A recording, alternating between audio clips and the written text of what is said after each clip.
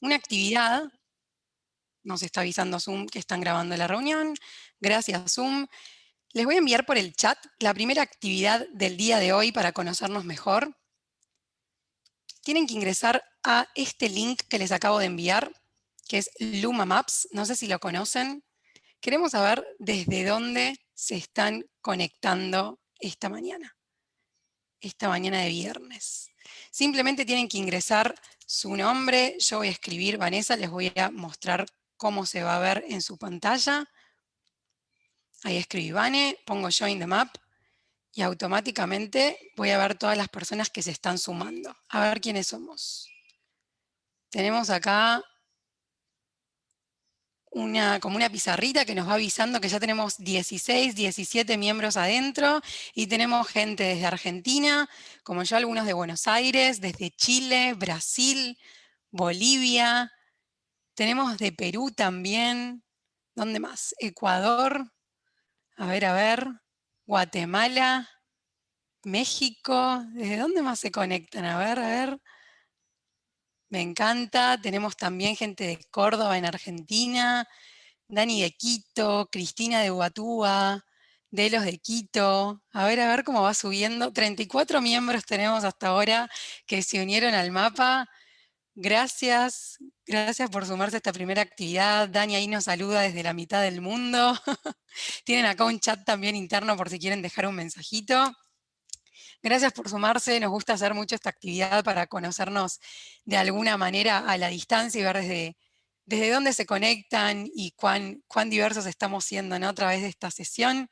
Así que ahora sí, sin mucho más y agradeciéndoles nuevamente a los 38 miembros que se sumaron a esta actividad, en esta mañana de viernes, vamos a mostrar la presentación que tenemos para el día de hoy. Les agradecemos que se estén sumando, ya casi estamos por llegar a las 50 personas y les damos la bienvenida oficial a la sesión del día de hoy, que es Metodologías para construir comunidades en encuentros virtuales, y tenemos el honor de recibir a Fabian PfortMuller. Antes de continuar con esto, solo algunas normas de convivencia. Sean muy bienvenidos, pueden tomar capturas de pantalla si tienen alguna inquietud o no desean que su imagen sea publicada por terceros, pueden apagar sus cámaras cuando lo deseen. Las grabaciones y las presentaciones van a ser compartidas con ustedes a través de su correo electrónico, por medio del cual se registraron. Si tienen problemas de conexión, intenten apagar el video para poder al menos escuchar. Van a tener traducción simultánea. Para eso fíjense que en la parte de abajo del Zoom van a tener una barra de herramientas como con una especie de mundito. Ahí pueden seleccionar la opción de inglés-español, ya que Fabián nos va a dar su charla el día de hoy en inglés. Pueden utilizar el chat para realizar comentarios o preguntas sin ningún problema. Lo que sí les vamos a pedir es que por favor respetemos las ideas y comentarios de todos, y los vamos a alentar a publicar lo más destacado de esta reunión en todos sus canales de redes sociales, digamos. No se olviden etiquetar a @BMW Foundation y utilizar los hashtags BMW Foundation y Responsible Leadership y también Responsible Leaders Latam y hashtag Impacto. Por favor, les vamos a pedir también que pongan sus micrófonos en silencio y que se renombren en el caso de que estén ingresando con un nombre distinto al de ustedes. Recuerden que tienen 3 puntitos arriba de su imagen y tienen la opción renombrar para poder cambiarlo. Ahora sí, esta es un poco la agenda del día de hoy. Vamos a tener una mínima presentación de parte de Michelle, luego la presentación esperada de Fabián y luego vamos a tener un cierre con preguntas si nos da el tiempo. Ahora sí, Michelle, te doy este micrófono virtual a vos para que des la bienvenida oficial.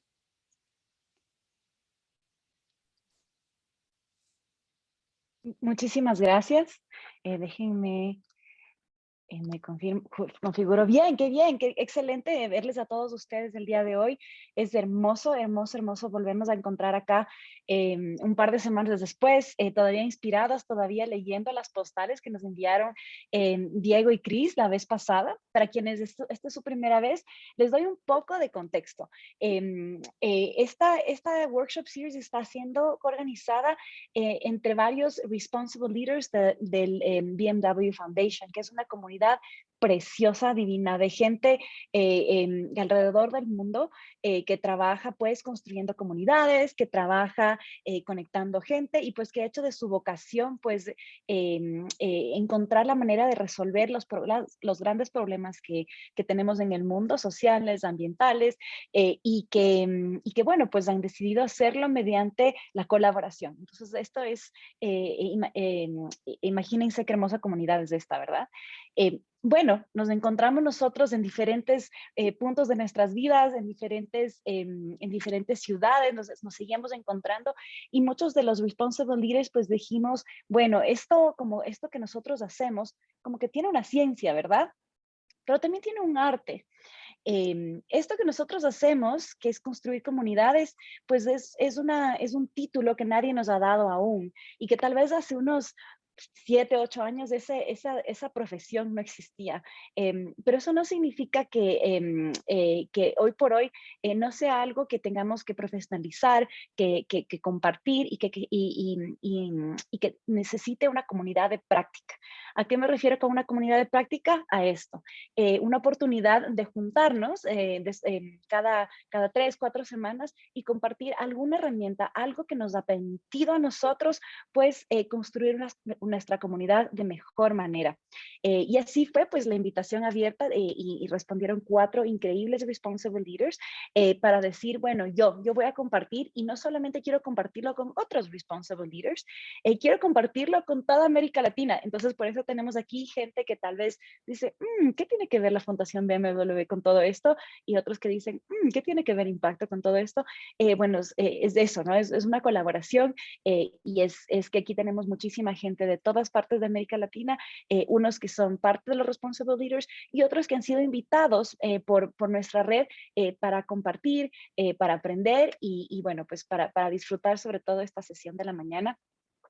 Esta segunda sesión es muy importante para nosotros porque también nos salimos un poquito del cuadrado y dijimos, bueno, estamos invitando a responsible leaders de América Latina, pero ¿por qué no invitar al menos a uno, uno muy especial de fuera de América Latina, que también es parte de la red? Y bueno, pues así fue que nos lanzamos y dijimos, bueno, Fabián, sería increíble poder invitar a Fabián a que nos comparta no solamente una herramienta, sino un poquito también de esa magia que tiene de haber sido uno de los pioneros en realidad en trabajar en esto de construcción de ecosistemas.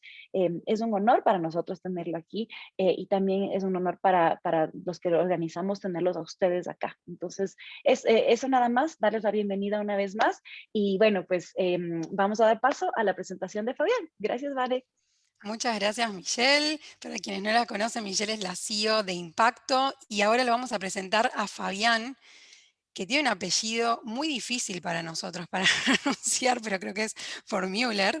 Él es uno de los responsible leaders, como venía diciendo Michelle recién. Él es constructor de ecosistemas, de comunidades suizo, pero está en Nueva York. Es cofundador del Together Institute y coautor de Community Canvas. Es innovador residente de la Fundación Kaufman, cofundador de Sandbox y cofundador de Holsti. También es creador del Holsti Manifiesto. Ayudó a construir y codirigir la iniciativa Generation Listen de NPR. Es un orador frecuente en eventos y organizaciones de todo el mundo y es miembro de la Royal Society of Arts de Londres. Así que con este tremendo CV y background académico y profesional, le vamos a dar la bienvenida oficialmente y el micrófono virtual a Fabian PfortMuller. Welcome, Fabian.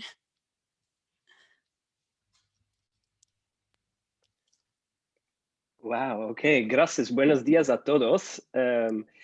Yo no hablo mucho español, pero gracias por invitarme. Me llamo Fabián, estoy en Ámsterdam y espero que la próxima vez yo pueda hablar español. Yo entiendo como un poco de español, pero now I hear the translation into English, which is funny. Sí, pero voy a hablar en inglés. Gracias por invitarme. Okay. It's nice to be here. Thank you for having me. what I'd like to share today is my work has been around bringing community together and building ecosystems of people, of humans. That's where my heart is. And I'd love to share with you a little bit of my journey and some of the things that I've learned. I'm going to go into my presentation. So just give me a second as I pull this up.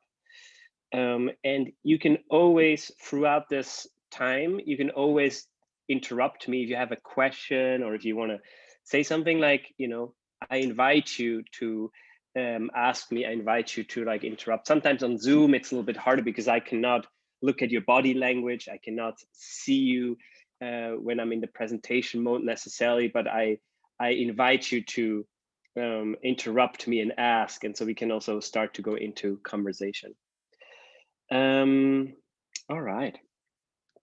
Well, maybe before I start, I'd love to ask, I work with community. Most of my work is with community, and yet very often I find myself in an environment, in a conversation, where I'm really confused what people mean by community. When they say the word community, I'm like, I don't even know what people say. Does that happen to you? Has that ever happened to you? And I've worked in community for 15 years and it still continues to happen. I think like community seems to be a mystery. And for me, like I had a special moment about 10 years ago, 12 years ago, where I was living in New York at that time.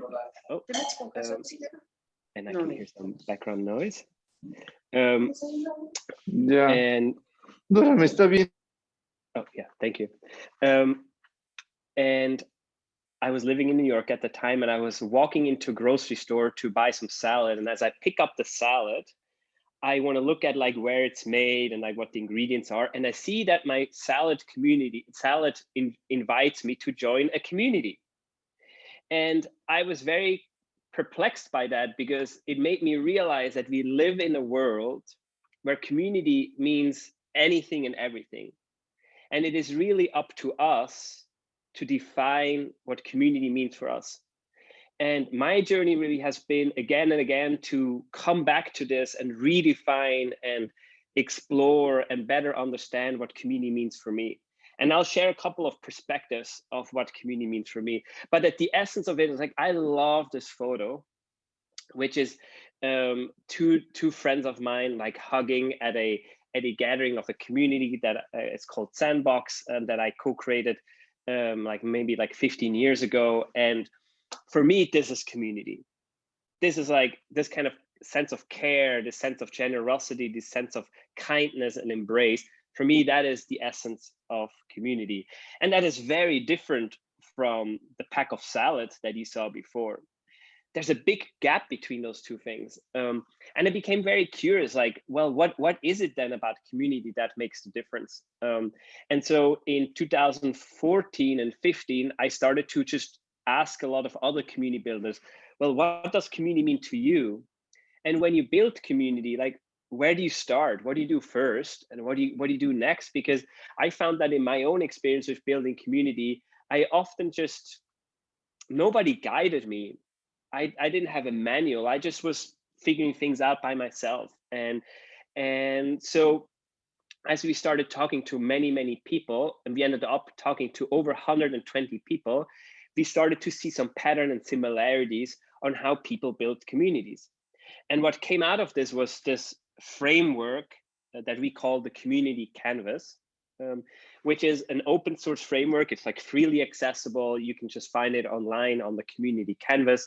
And what we try to do is map out, if I find myself in a place to build community, where can I start? And what are some of the questions that I need to ask? And what I definitely learned is like, the more I know about communities, that I know that every community is very different.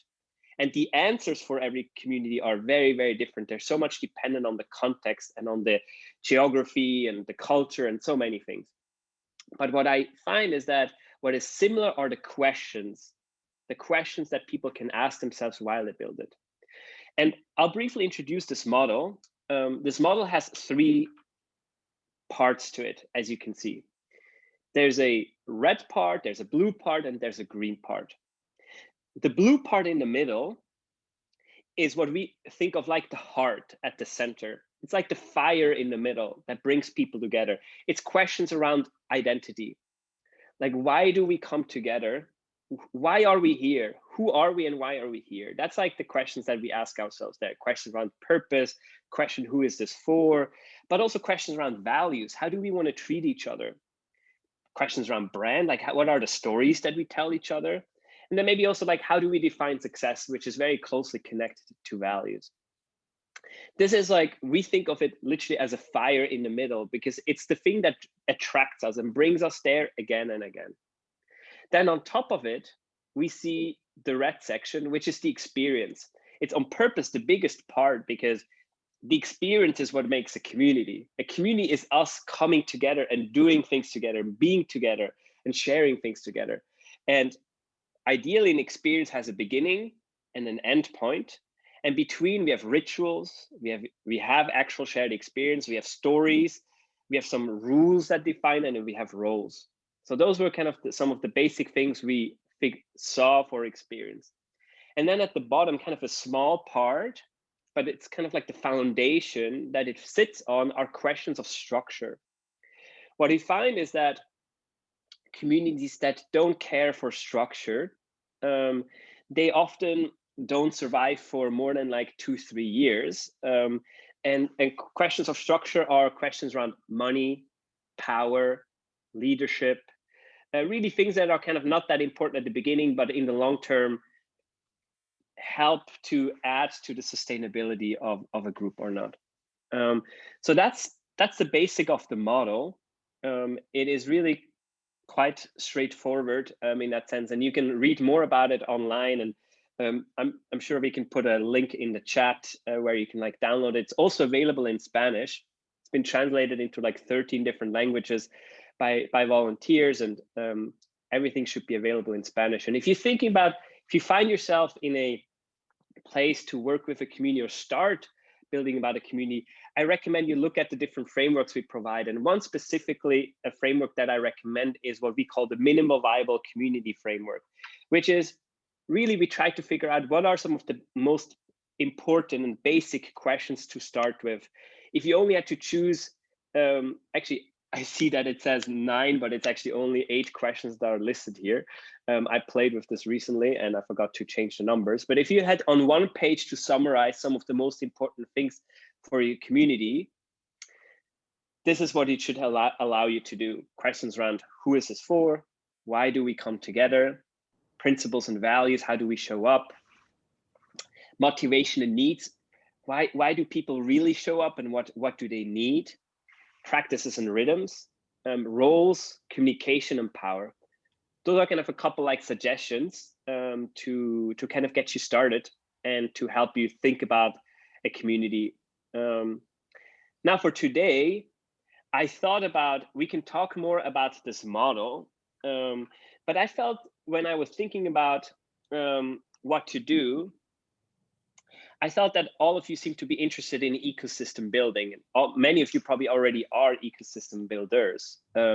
And what I thought could be interesting is to share with you some of my perspectives of what I learned about ecosystem building and what I think contributes not just how to build an ecosystem, but really to make an ecosystem thrive and to flourish.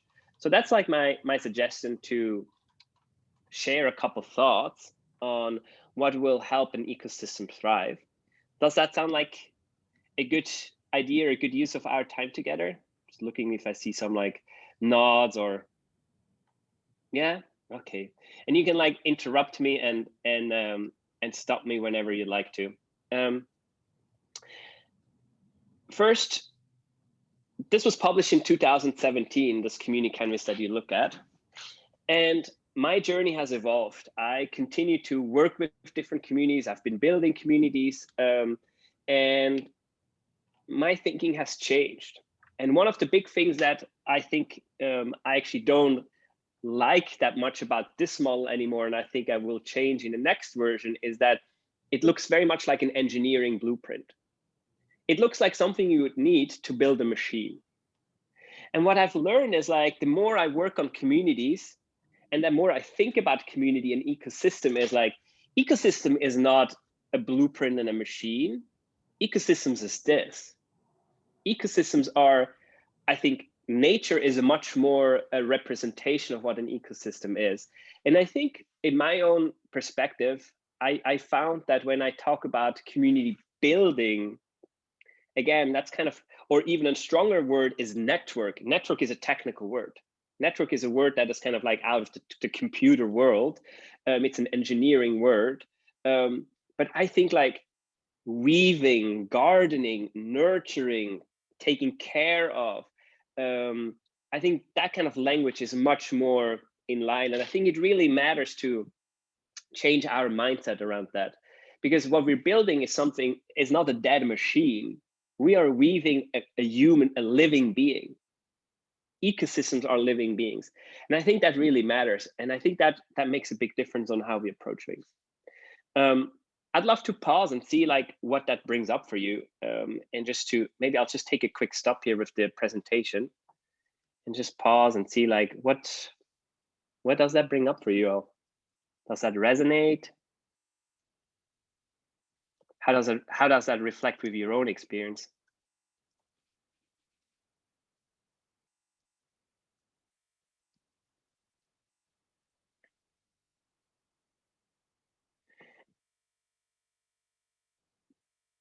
I see Carolina's hand up. Please just go for it. I invite you in. I would love to hear your perspective. Thank you, Fabian.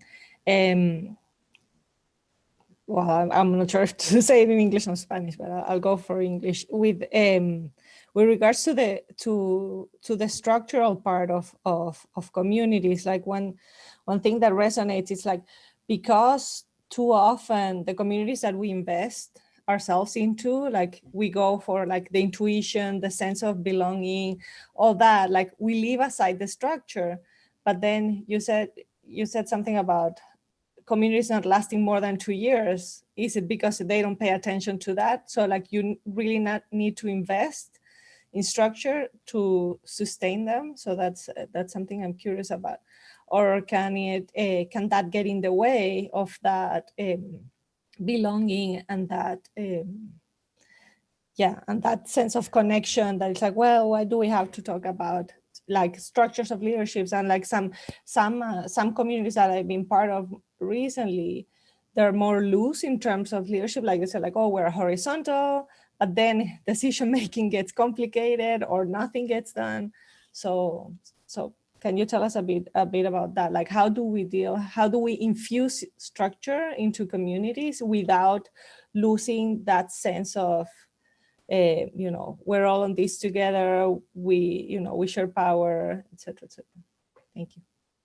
Yeah, thank you for your question, Carolina. I think it's really, I applaud your sensitivity to that balance of wanting to keep the feeling of togetherness and being in this together versus also investing into structure. I think you're already like pointing to, I think it needs to find a balance between the two. And what I found is particularly that money and power are really important things to pay attention to. Like when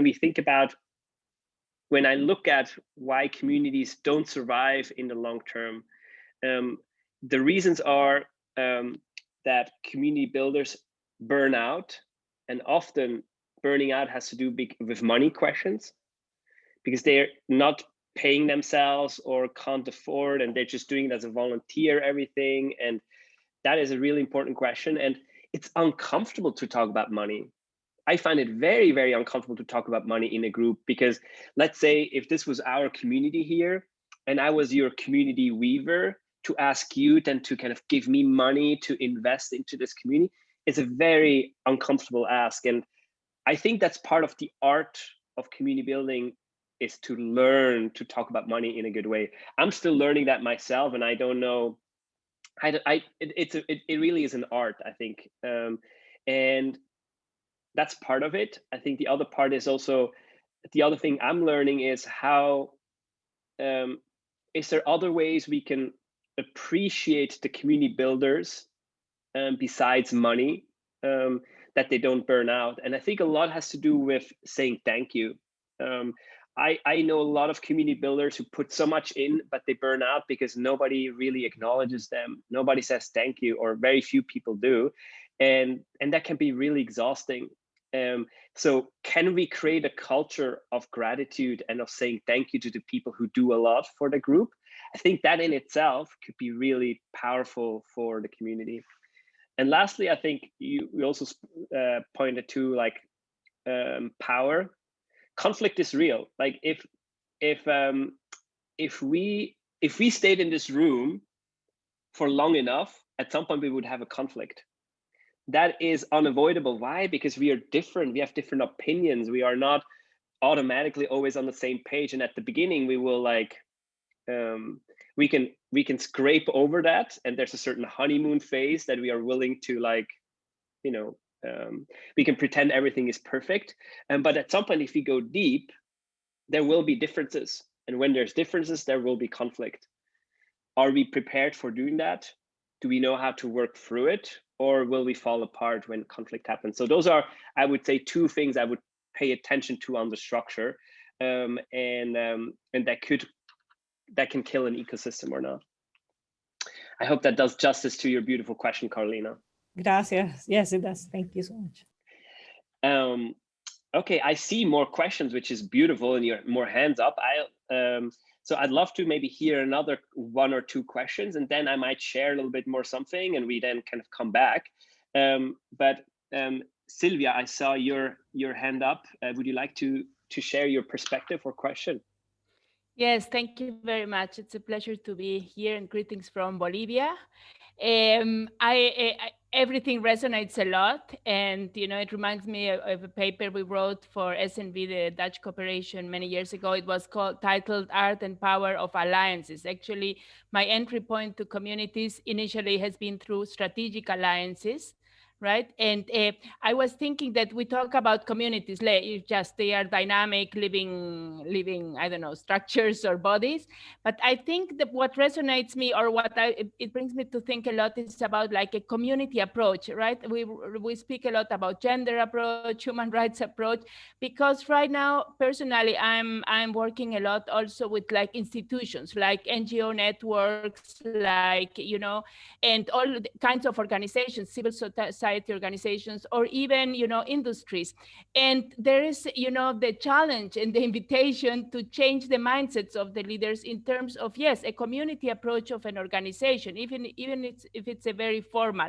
So my question right now is, what would that imply? And I think it has to do with a lot with unpacking some concepts and some assumptions. And I think, where does power lie? Is it only, well, it can be very explicit, but usually, and where are the expectations?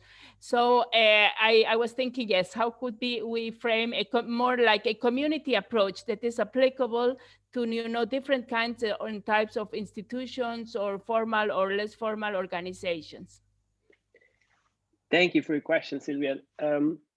I think working with organizations and convincing them to invest into community-driven approach is really hard. I find it really hard. Why?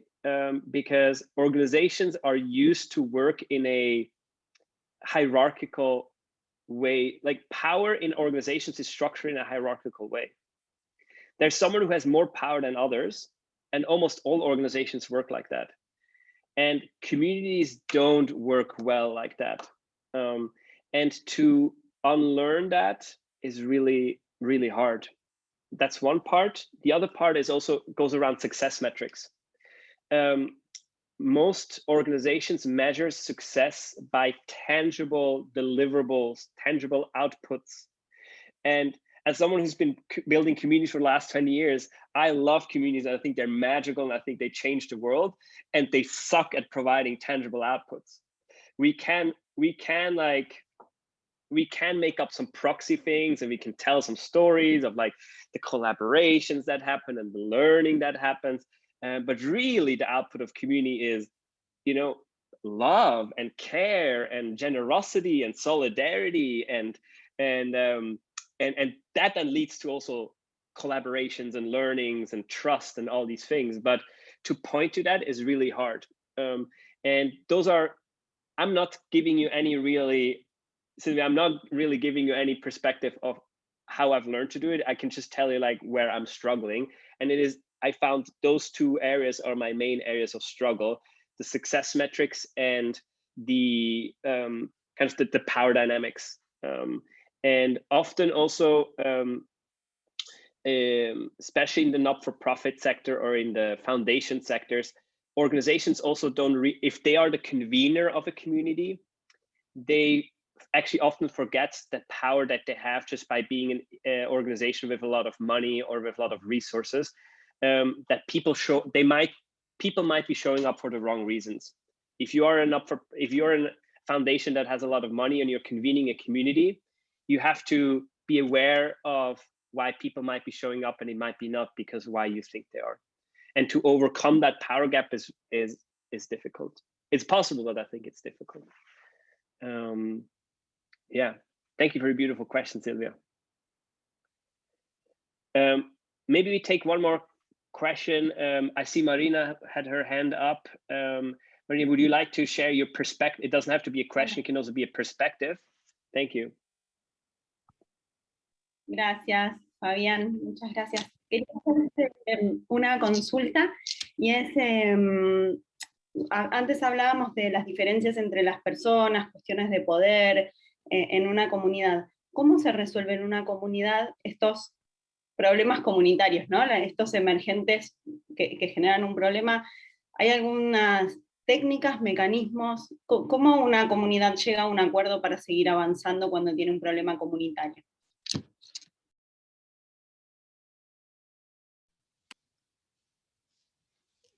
Quizás, Marina, ¿querés escribir en el chat la pregunta si se la parafrasear, digamos, o traducir al inglés?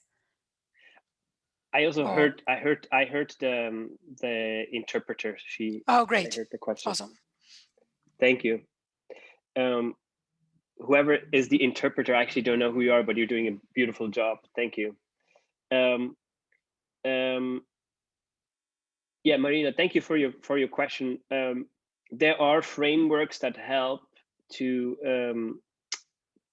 deal with power questions in community. You might have heard some of these terms being thrown around, like holacracy is one of these concepts these days that's quite in favor, and it's pretty much just like an approach of how power is shared. In general, I think, and I can put a couple, if I have a little moment, I can like pull up a couple links, and you might also find some things in the community canvas. If you download the guidebook in it, there are some like suggestions around that. One of the basic things I've learned about power is, again, that there's quite a lot of things in communities, I think, that are like a muscle. And at the beginning, when the group comes together, the muscle is very weak. But if you keep doing the same things and keep like talking about the same things, the muscle becomes stronger and stronger. And I think power is one of these things, like for us to use a different way of being with each other and using power differently is uncomfortable at the beginning. But if we keep doing it for a year or two, it becomes easier. If it feels going to be very uncomfortable to talk about conflict in a group, but if it becomes normalized and practiced over the years, it becomes easier. And I think there's a lot there around power. A big thing is the difference between consensus and consent. One is everyone has to agree, and or the majority has to agree, and that's how we make a decision. That's how most communities organize. But it's actually a very stifling and can be quite an exhausting way of organizing power.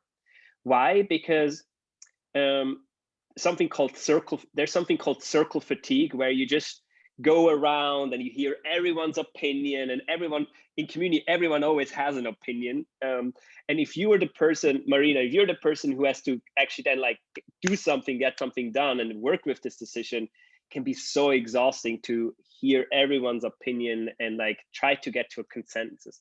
But there's the other approach, which is to say, we don't need a majority. We need someone with a proposal. And then all we need is that no one blocks this.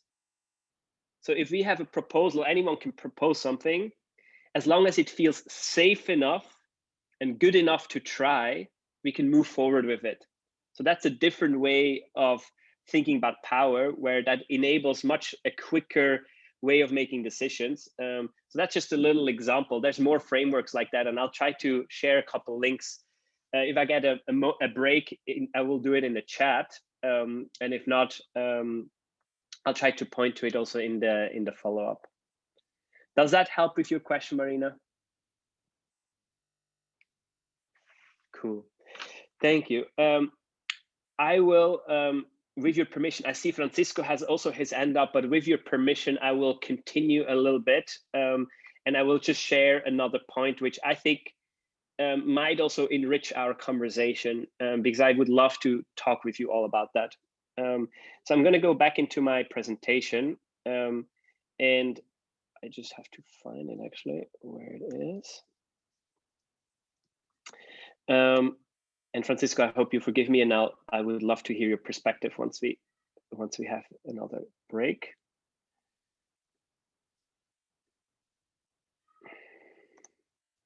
All right, that's where we were. The second thing I think a lot about when it comes to community is this difference between consumers and co-creators. What I found is that in communities, there's two ways for people to show up.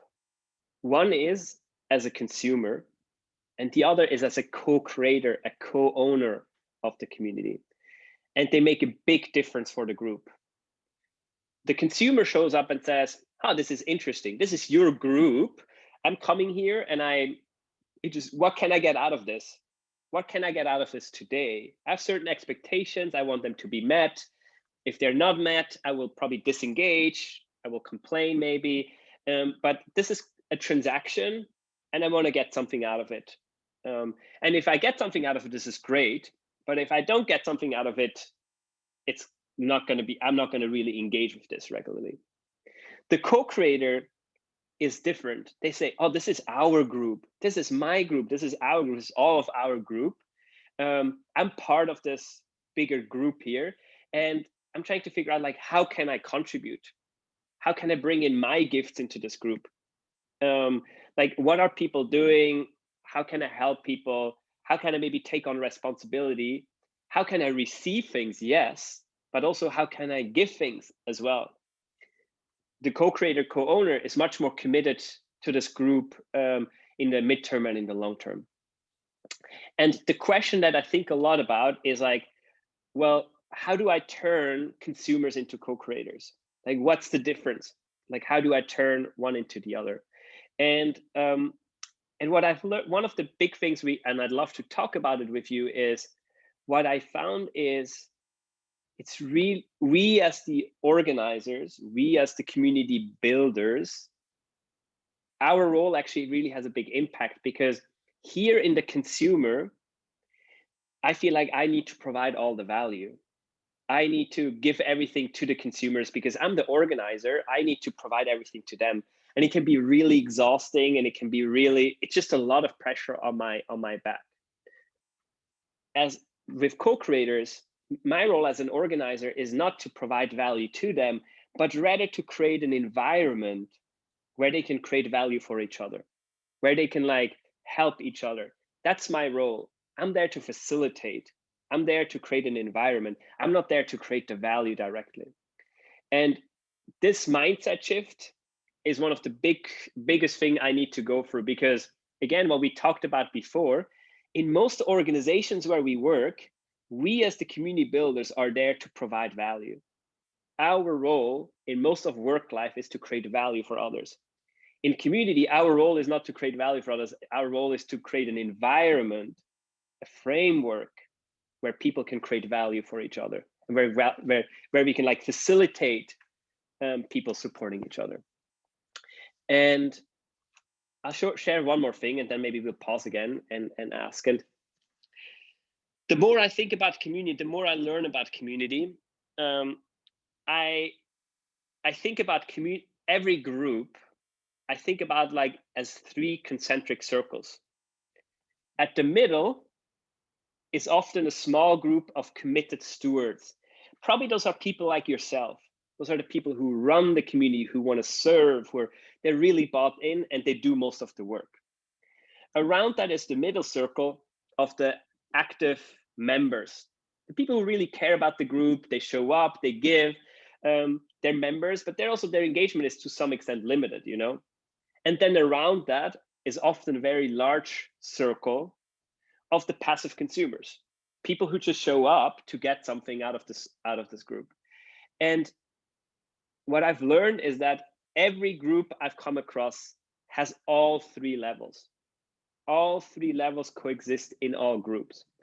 And I think what our role is not necessarily to turn all passive consumers into active co-creators, but rather to like create opportunities for people to switch. And because the other thing that I've learned is that often the same person who at one point is let's say this is a member journey, and at the beginning it's kind of passive, but then they become like active, and over a while they become even like they take on a role, they become a steward, and then they move somewhere else and they have a kid and they like are super busy with work, and for a couple of years they kind of become inactive. But if you look in most communities that I've been with, where you zoom out for long enough, let's say 10 years or 20 years, the same person goes through many of these similar things. They go through many different roles, and like all of a sudden they move to a new city and the person wants to engage again with community, and all of a sudden to become active again. And I think what our role again here is not to turn all the passive people into active people. And I've tried that and it's exhausting and it never works. But it is to acknowledge that those differences exist, to create different experiences, and to create paths, fluidity between them, where people can choose and step up and say like, yes, I want to become more an active co-creator, or maybe I want to even step in to become a steward, or no, I want to be kind of a passive person in this group. So I just said quite a bit. We talked about active co-creators versus consumers. We talked about these different things. I'd love to pause again and just hear, I would love to hear what that brings up for you, how you reflect on this. Like, how does that make sense with you? And let me ask you this question. How did you show up to this call today? How did you show up to this call today? Was it as a consumer or as a co-creator? And why is that? Who'd like to share their perspective? I'd love to hear what do you think?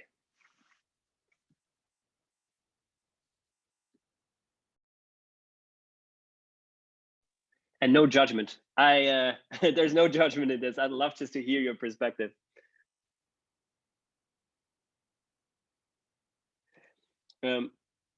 Eduardo, I'd love to hear your perspective. And then I see Carolina. I'd just love to hear a new voice. So we go with Eduardo first.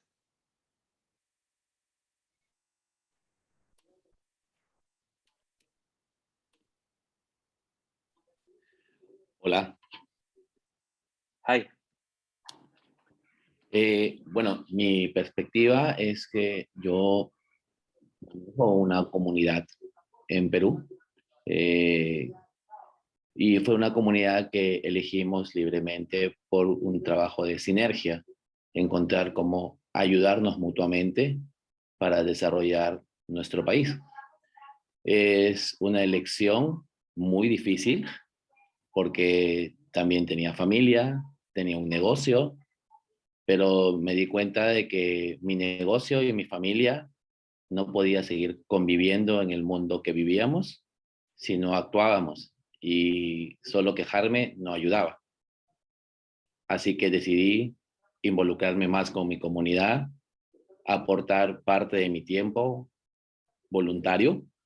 Sí, tienes razón, es difícil cuando tienes otras opciones de tu vida que tienes que manejar, y aprendí a manejar mis agendas de tiempo, pero para contribuir y apoyar, a pesar de que eso no me genere ingreso, pero ayuda a que otros se desarrollen, y si formamos una comunidad de sinergia colaborativa, también se desarrolla la población, y al desarrollarse la población puedo encontrar oportunidades para que mi negocio vuelva a reflotarse, porque están conociendo lo que estamos haciendo para ayudarlos a cambiar.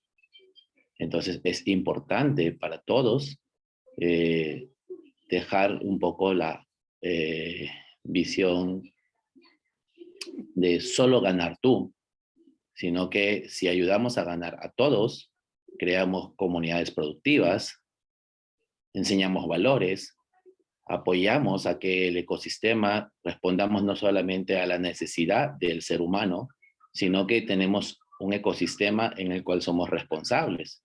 Si yo me destruyo la bioeconomía, destruyo el agua, ¿qué va a pasar para mañana? ¿Qué va a pasar para mis hijos? ¿Qué va a pasar para los que todavía no vienen?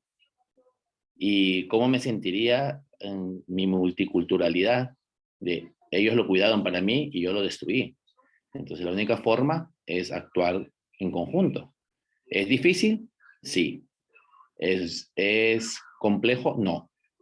Porque cuando empiezas a escuchar a las demás personas y entender que no eres el único que sabe todo y que aceptas ayudas, podemos lograr cosas interesantes. La idea es que no se queden los que iniciaron, sino que empezar a atraer a este consumidor pasivo que tú has mencionado, pero de una forma que él también sienta que está aportando, que está ganando y que se le está dando importancia. Por eso en nuestra comunidad tratamos de hablar de que no existe poder, sino somos todos iguales para un futuro mejor, para volver a ser humanos.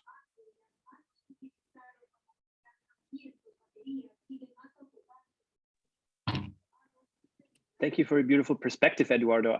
I like it. I love the vision you paint, and I agree with it. And I struggle a little bit with sometimes in my own work with how to get there. But I love the vision you paint there. And one thing I very much pick up on is like, or maybe one thing I want to point to is like how you spoke to the deep listening. I do think one of the most powerful things in community building is to listen to each other. And that's I would say is probably like the most powerful thing to do in communities, to listen, both as a community weaver and as the community to each other. And the other thing I picked up, or maybe I'm reflecting on in what you're saying, is that, you know, I think community building is nothing new. I think ecosystem building is nothing new.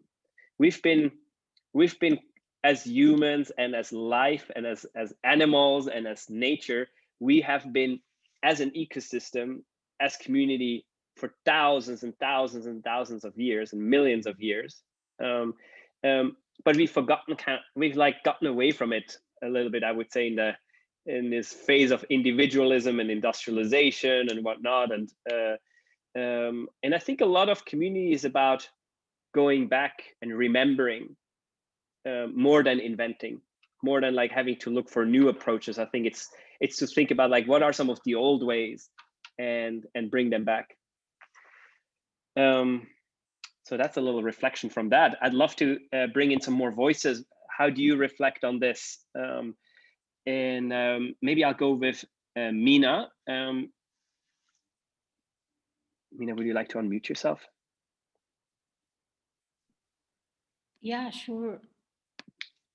Sorry that I cannot turn on my video.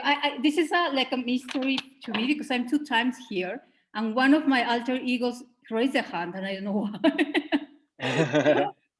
Sorry, but it is good. Probably it was destiny. And my question reflection would be more about, I'm a community builder, and recently it has been like a very interesting challenge to move a network that is more transactional to a community. And at the beginning, when we started asking if we want this network to become a community, it was very polarized, and there were people that they were yes, and there were people that they were no. And at that moment, we decided that, well, if everybody's not okay with that, probably we should not do it. But then all the things that have happening in the last years make us reflecting that it is necessary, a community, if we want to continue working, you know, and without asking or without doing the things that they were doing at the beginning, we started working as a community, you know, it was like very organic. And now that you were mentioning that even in a community, there's going to be people that they are there more in a transactional way, that they are not going to participate that much. Makes sense. Probably we should have decided this since the beginning, you know, we were trying to convene the opinion of everyone. And at the end, the ones that they are not going to participate, well, they are not going to participate even if it's a network or it's a community, right? So what is very interesting to me is this time, like you were mentioning about these 3 years, it is about the people that is in the center, and if you change that, you are going to make them last longer, or this is like a time in which normally communities start getting tired. I would like to know more about that now that we are building something to probably be aware that this is a process that is going to happen, have an evolution probably, in which it's natural, and we have to, I don't know, plan it in advance. Thank you. Thank you. Could you help me? I don't think I fully understood your question. Can you just help me a little bit better understand your question? Yeah, about these 3 years that you were mentioning, that is a time for a community. So if you are building a new community, I consider a community that is like a living being, you know, it's going to have a process. Probably it also dies in that time. I don't know if it's correct to think about it. But why do you think that in 3 years this is happening? And imagining that it's not the money the issue. It is that something that is going to happen. It is because of the people that is managing it. This community should not last more than 3 years. And then you need to have changes. I would like to know a little bit more about that short period of time in which they last.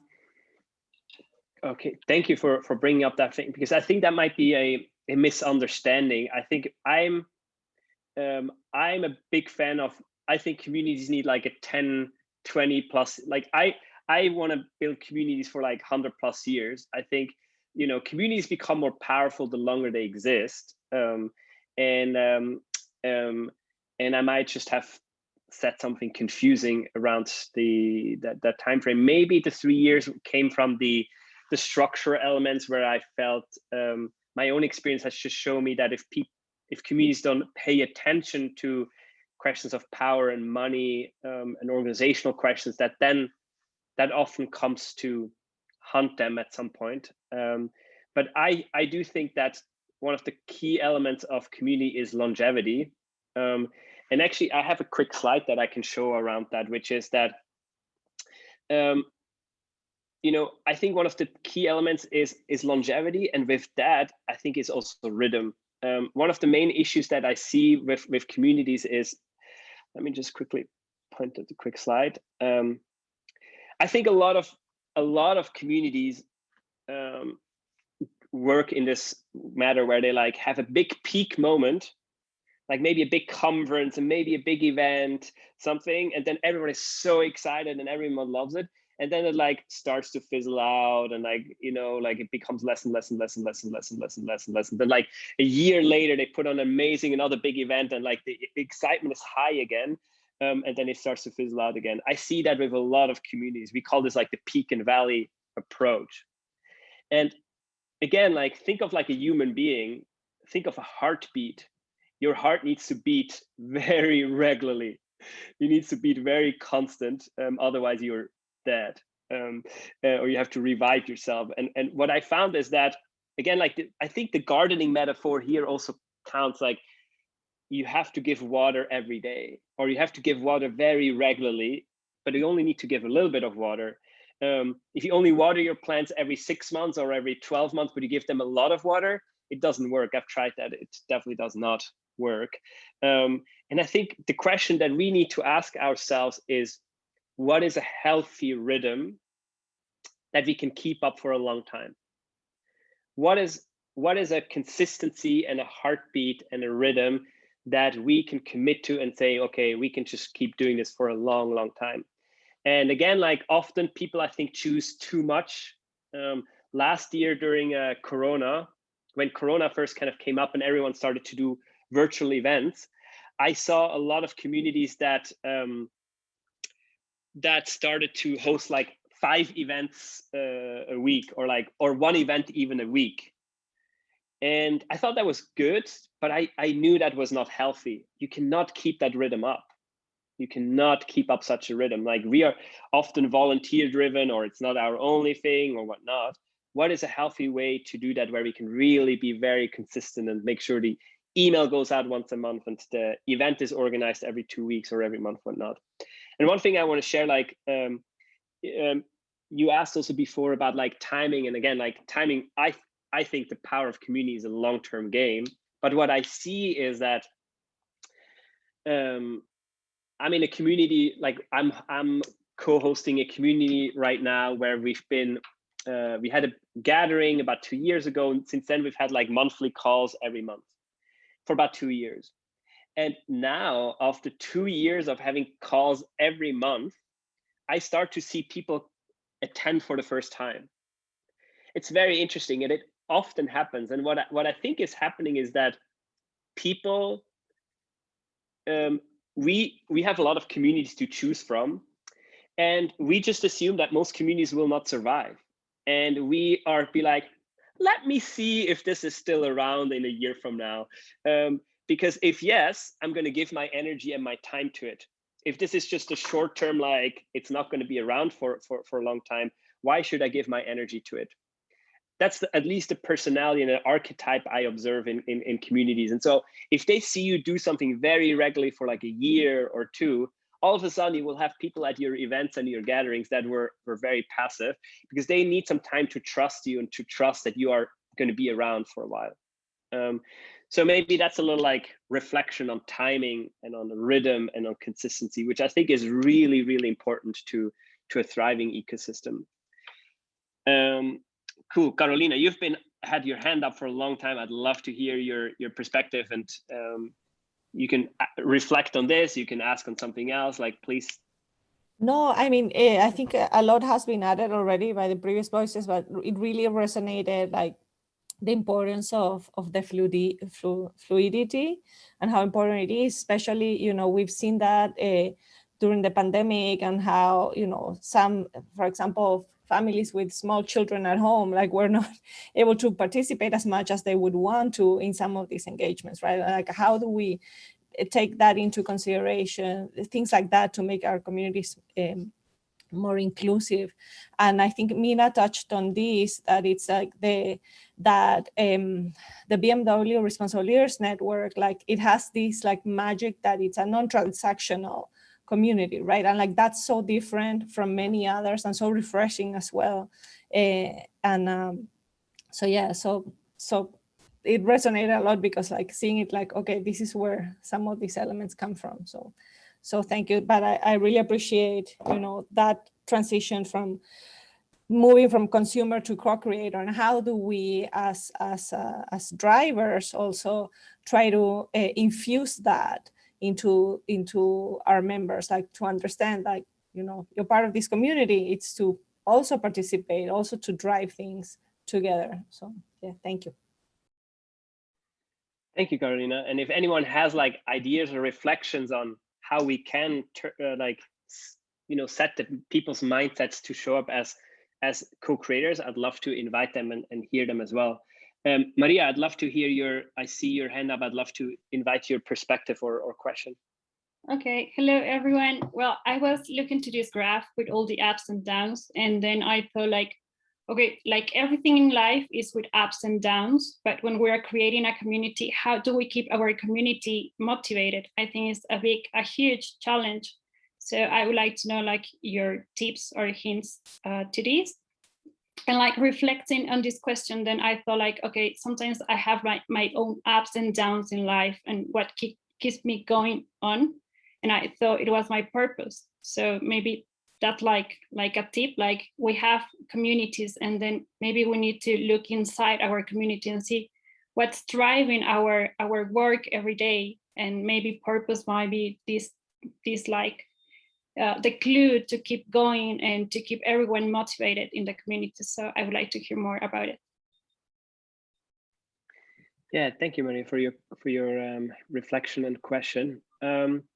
Yeah, I think in terms of long-term motivation, what keeps people showing up, again, I think one is to accept that people will not always show up actively, and that people will go through different phases, and that is natural.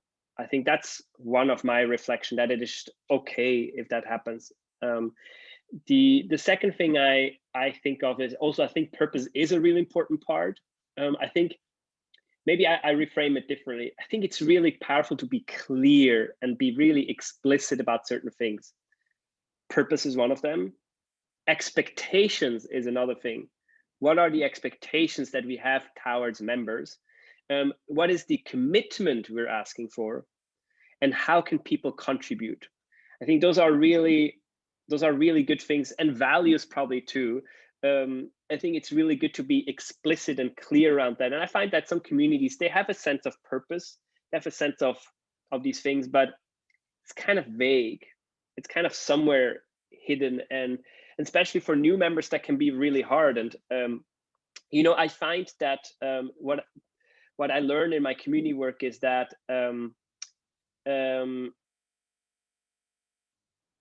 people often want to contribute, but don't know how to contribute. And they're grateful to give them avenues and pathways to contribute. And I think that's our roles as ecosystem builders or community weavers to help them and to show them pathways. Oh, Maria, do you want to choose the song for the next session? Or who would like to co-facilitate part of the next session? Or who wants to give a little present? You know, we have to provide these little doorways and then see who takes them up. But I think that's part of our role. I don't know if that helps you, Maria. It's a beautiful and hard question. Sure. Yeah, thank you. It was a great answer. Thank you. Thank you. I see Renata from Brazil. Renata, would you like to share your perspective or ask a question? Yes, thank you, Fabian. Thank you for all your insights. They resonate a lot. I'm sorry I cannot turn on my video. I don't know what's happening. It's not allowing.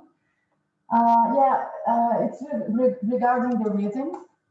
You know, that you said to keep the rhythm. Can you hear me well? Yeah, okay.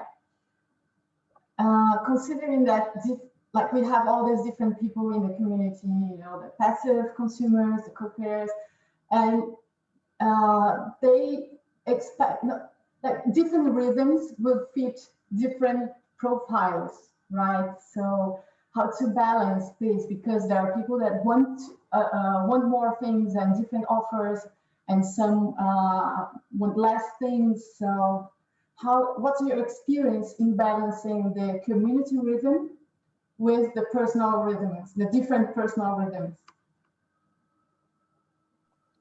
Yeah, beautiful question, Renata. I'm not sure if I have a lot of I think that's also one thing I'm just learning and figuring out myself.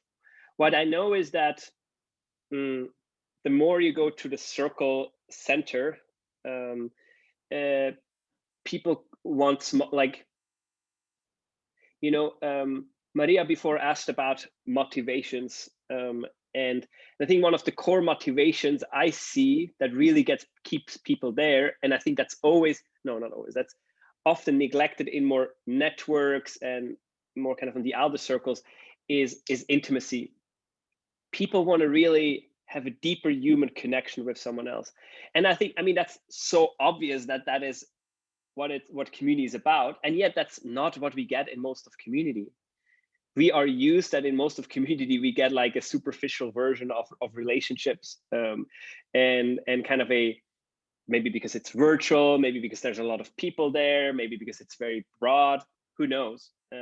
But I think unfortunately we've become used to accepting quite superficial relationships, and I think the more I go to the center, intimacy and real depth of relationship becomes kind of a key motivator. And I think that also reflects into the formats and into the rhythms. And my sense is that for co-creators, the difference between co-creators and consumers, part of it is around rhythm. I think part of it is also just, I would say, consistency and commitment.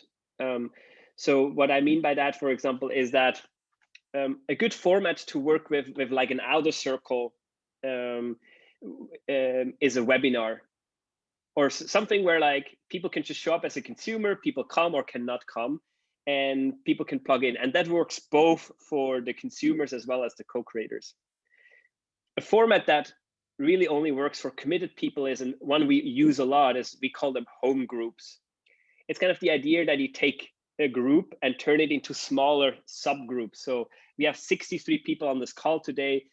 Imagine if we would turn this group into 10 groups of 6, or like 12 groups of 5-ish, you know? And imagine if that would become like your peer advisory group. And you would say, okay, we're now going to meet every month for 90 minutes to check in with each other, to hear how everyone is doing, to support each other, and maybe every time one person will present what they're working on and get some feedback. That is a very powerful format, but it needs a real commitment. People really need to show up, and that I found only works with like kind of a more people at the center, more co-creators, and more kind of stewards. I think it's incredibly powerful, and people are very motivated by it, but it really needs a real commitment. So Renata, I'm not really answering your question because I think I don't really know an answer, but those are some of my reflections about it. Does that help you any further, or like where do you go with that? Thank you, Fabian. Yeah, it helps. Yeah, and we're also discovering that, so we can discover together and exchange further in the future. Thank you. Cool. Thank you. Is there any other reflections, any other perspectives that someone wants to share? You know, we've talked quite a bit about rhythms and about timing, and I'd like to share one more thing, which is that another thing I think quite a bit at the moment is seasonality. I give you, let me show you kind of a couple of example from some communities.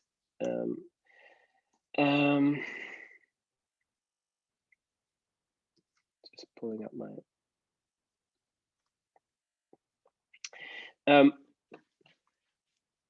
When you look at an ecosystem, most ecosystem goes through seasons.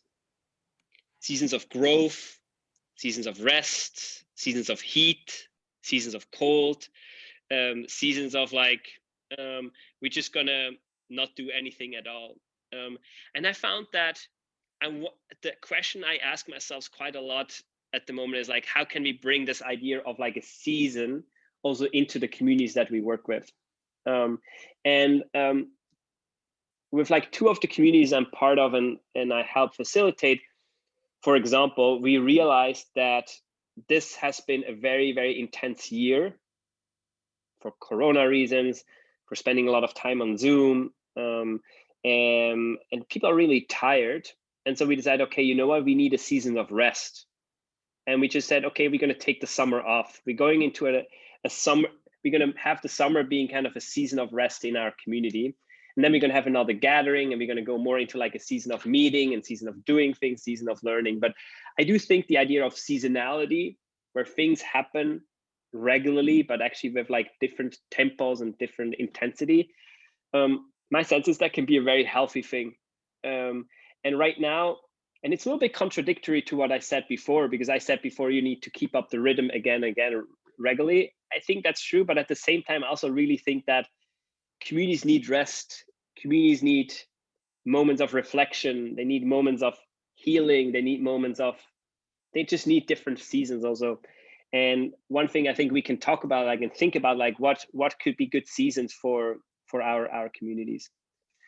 So I'll pause here again, and I'd just love to open up, like, what are some perspectives? And, you know, we're coming, I think, to, if my timing is right, we're coming to the last 15 minutes of today. So maybe we can just hear some, like, people's reflections, and what are you taking away from today? What are some of the things you're taking away from today's session? I'd love to bring that into the conversation.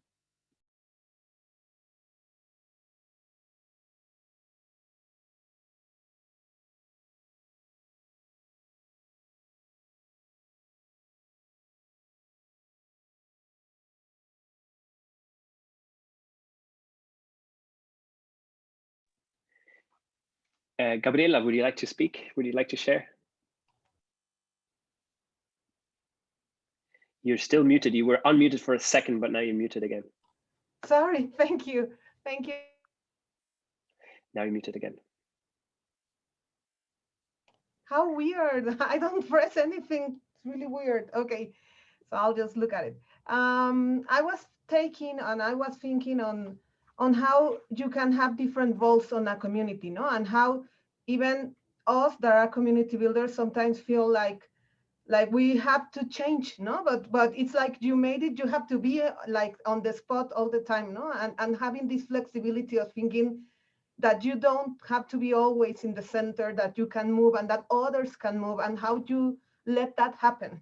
For me, it's something that you move. And also what they were saying in the chat that Negrito was sharing on how, and that you were sharing just right now, how to listen to the community in their rhythm and what they need, no? And I think it's difficult because sometimes some of us hear some things and other members of the community are hearing other things. But I think talking about it and putting it on the table and saying that it's something important to say and to think about and to be conscious, that would be really important. So that's what I'm taking. Thank you so much. Thank you, Gabriela. Beautiful reflection. Who else would like to share a reflection, or what are you taking away from today?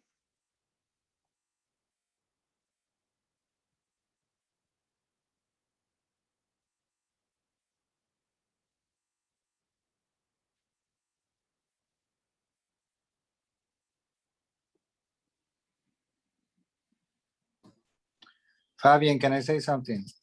Hey, please. Oh, your name is not Mina. Hi, Diego. Diego, you were raising your hand. Great. No, but let me see. If I link through Mina, it's because probably Mina was sharing the link online. That's why. Sorry. No, I wanted to say something about community building in the sense that it's often seen as a very important accessory to the cause, the goal, the whatever that you want to achieve. But, and it has been one of my discourses, and I keep saying in many places, the process is the goal. The building of the community is the goal. What you want to have is the platform, and heal it and nurture it and make sure that it's functional, because you don't really know when this community is going to go in a different direction. So yeah, you're working on child issues, so you work on a community related to this, but at the end of the day, the important tool is the community that will be focusing on this, not whether this is the project, because then you always make it dependent on a specific goal. The goals can change. And the important thing, the most difficult thing, is to build the social tissue. That takes a long time, takes a lot of nurturing. It can be destroyed quickly. And so that is the delicate thing that we have to be careful about. So nurturing, holding, and facilitating the community itself is the goal, in my opinion. And yeah, and so to respond to Carolina, yeah, I'm using Mina's login, so it was me, it wasn't Mina. Cheers. Beautiful reflection, Diego. I personally agreed. That's how I live my life. I think that relationships are life. I think relationships are everything. And I personally think that our focus so much on productivity and outcomes, we forget what's kind of the essence of it. And yeah, I do think that's very, very much. Well, we have some more hands up. I'd love to hear your perspectives. Julia, I see your would you like to share your perspective and what you're taking away? Hola. Hola, muchas gracias. Y Fabián, me ha encantado todo lo que has dicho, y lo que me gustaría decir, que a lo mejor algo que pasó quizá un poquito inadvertido o que no se vio, pero el hecho de lo que acaba de decir Mina, de lo delicado, de cómo hay que cuidar esa comunidad, y cuando tú hiciste algo que para mí tiene que ver con comunidad, con un factor sistémico, cuando tú diste las gracias, por ejemplo, a quien está haciendo la traducción hoy día, lo hiciste como algo de manera muy natural, solo que eso habla también del cuidado del ecosistema, del cuidado del espacio que está ocurriendo en este minuto. Y eso quería comentarte, eso delicado y ese cuidado creo que es no menor. Entonces, algo que puede haber pasado así, pero la verdad que creo que es una de las bases también de la comunidad. Eso, gracias.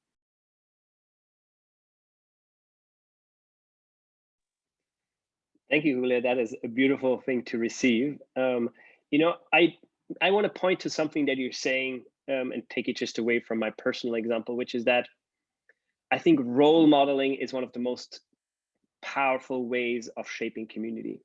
The way we show up as the community weavers is how other people will start to act. And I think I see a lot of communities who write their values and who come up with nice mission statements. And I think that's good. That's a good start. But really, I think values are picked up by some people role modeling it, and people then just starting to act like this. And one of the things why I love communities the most is because these groups can have different values and better values than we have in everyday life. We can be more generous with each other. We can be kinder with each other than we have in everyday life. I think that, in my opinion, that is the biggest opportunity and beauty about community, to create environments where we treat each other better than in other places, and for that to translate and to move forward. So thank you for your beautiful reflection, Julia. Marlon, would you like to share what you're taking away from today? Gracias. Me llevo como 3 ideas. Lo uno, de que las comunidades tienen su propia personalidad, con rasgos característicos que les autoidentifican a ellos mismos. 2, cada comunidad también tiene unos momentos, y esos momentos es como el ciclo de vida de las personas. Nacemos, maduramos, toca morir, nos enfermamos, estamos sanos, y todo eso es, digamos, parte de la naturaleza, y no está ni bien ni está mal, solamente ocurre. Y finalmente, de que una comunidad sobrevive cuando existe una visión compartida por parte de sus integrantes. Gracias, Fabián. Gracias, Impacto, Michelle, Daniela.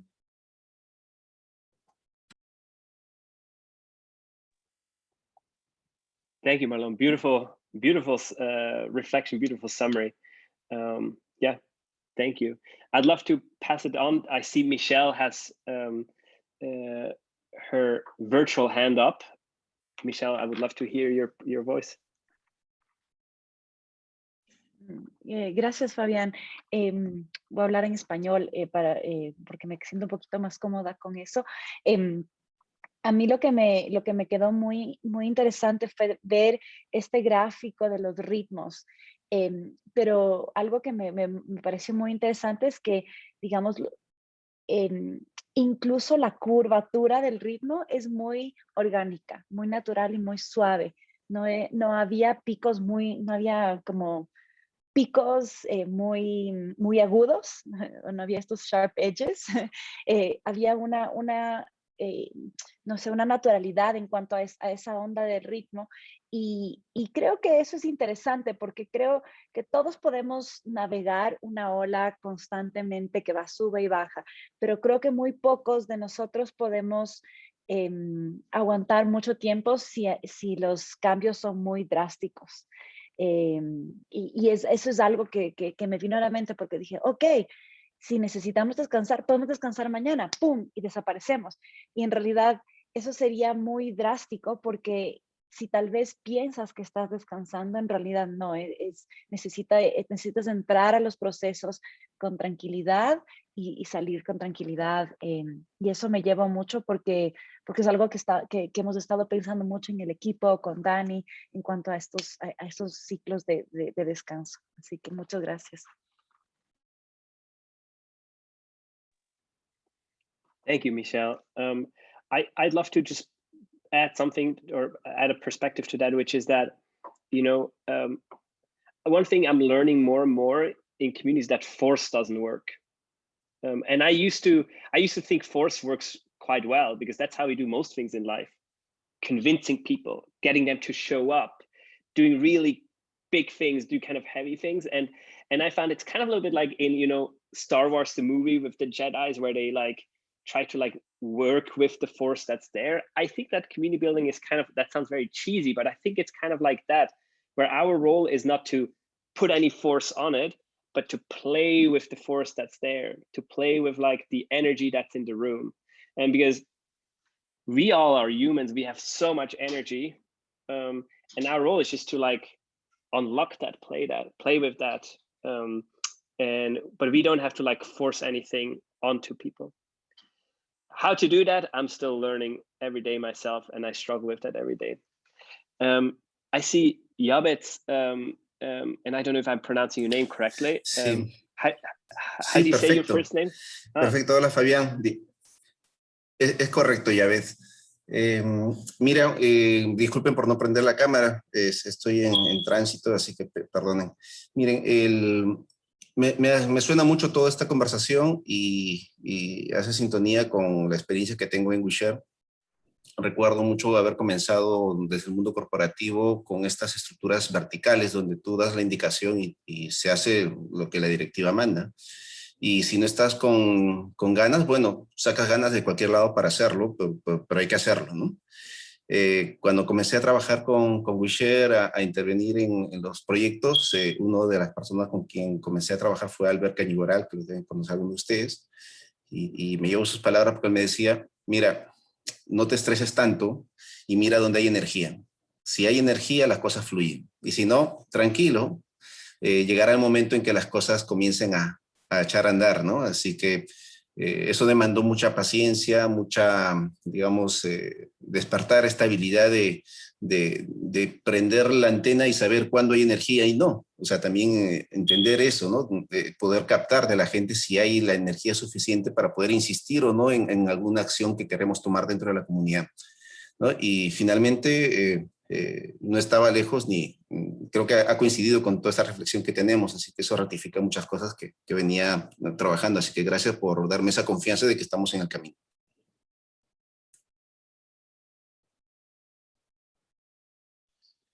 Beautiful reflection, Albert. Thank you. I also, you know, as I hear these reflections, I sometimes I pick up a word or two that resonates with me, especially, and I think it's patience. Like I think, you know, patient approach is like the one that wins with community. I think we talked about the timeline, but I keep thinking about, you know, if you walk into a rainforest or if you walk into like an ecosystem, right? Like things don't happen quickly, but a lot of things happen. Like life, it's very much alive. So much happens there, and I think my sense is that's the biggest teacher for all of us. Is if we build ecosystems, let's sit in an ecosystem and just listen and wait, and learn from that. I think there's my perspective is there's much more to be learned from that than from like traditional organizational workings and designs.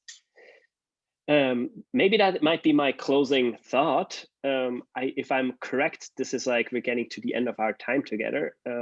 So I'd love to hand it over to Michelle, or from the team. I just want to say thank you to y'all. It's so, you know, it's really nice when you come somewhere and you put something out there and people speak with you about it. I'm so grateful for all of you to be so actively in this conversation and sharing so openly and kindly. So thank you very much, and thank you to Michelle and Daniela for inviting me and bringing me here. So with that, I'll pass it back to you, Michelle. Thank you. No, thank you, Fabián. Muchas gracias, Fabián. Muchísimas gracias a todos los que han participado, por todos sus insights, por estar regalándonos pues este tiempo tan importante. Yo me quedo con muchos de estos chats que decían, bueno, para esta constructora de ecosistemas cansada, yo me acabo de refrescar. Y creo que esa también es la idea, ¿no? Refrescarnos, acordarnos que pues no estamos solos y que hay como esta meta comunidad de constructores de comunidades que compartimos esta vocación. Y gracias a ustedes. Una vez más, gracias a Fabián. Acuérdense que este es el segundo de 4 sesiones acerca de construcción de ecosistemas. Vamos a tener 2 más y voy a pasarle entonces a Delos para que nos comente un poquito acerca de qué más se viene, qué información nos vas a enviar, y para quienes se conectaron con los links de otros, por favor les pido que le escriban por el chat interno a Delos para que ella pueda pueda incluirlas en la lista más amplia de todos los que han participado. Eso es de mi lado. Delos. Sigo yo, Michelle, muchas gracias por tus palabras y gracias Fabián también por esta charla tan poderosa y todos esos insights que nos dejaste. Creo que los participantes, miren, se mantuvo el número desde el principio, estuvieron tan contentos y disfrutando tanto de esta charla como todos nosotros, así que te agradecemos enormemente por tu tiempo. Como decía bien Michelle, esta es la segunda edición de 4 ediciones que vamos a tener. La próxima va a ser el 29 de julio, como podrán ver acá estamos proyectando el próximo orador, que va a ser Leonardo Maldonado. Leonardo, para que tengan una idea, es el CEO de Gulliver, cofundador de Boma Chile, co-líder de Ciudades Más B y director de 3XI, exdirector ejecutivo de Sistema B y licenciatario de TEDx Patagonia.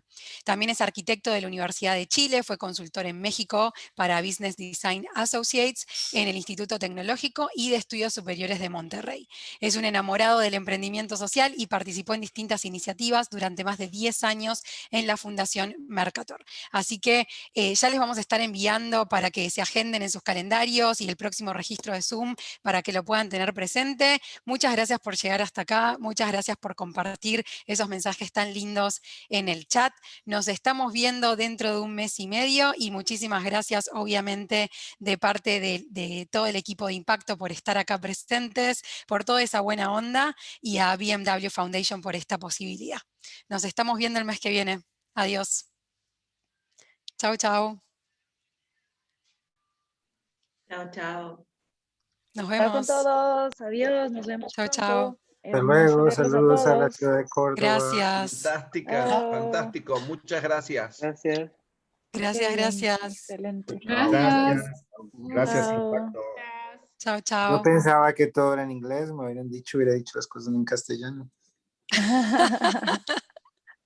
Teníamos ahí la traducción. Navarro y Mokovsky, qué gente maravillosa. Y no soy Mina, soy Diego. Chao. Está fantástico mi alter ego, muy bien, el masculino. Chao, Mina, cuídate. Buen alter ego. Chao a todos, gracias. Nos vemos, qué Chao. gusto tenerlos acá, lindísimo verte por acá, Mina. Sí, gracias. Francisco, Lucas, hermoso. Gracias Negrito, por gracias formar parte. por todos los excelentes insights. Qué bien. Lindísimo. Gracias. Gracias, Chao, chao. Fabián. You gave me so much peace. Thank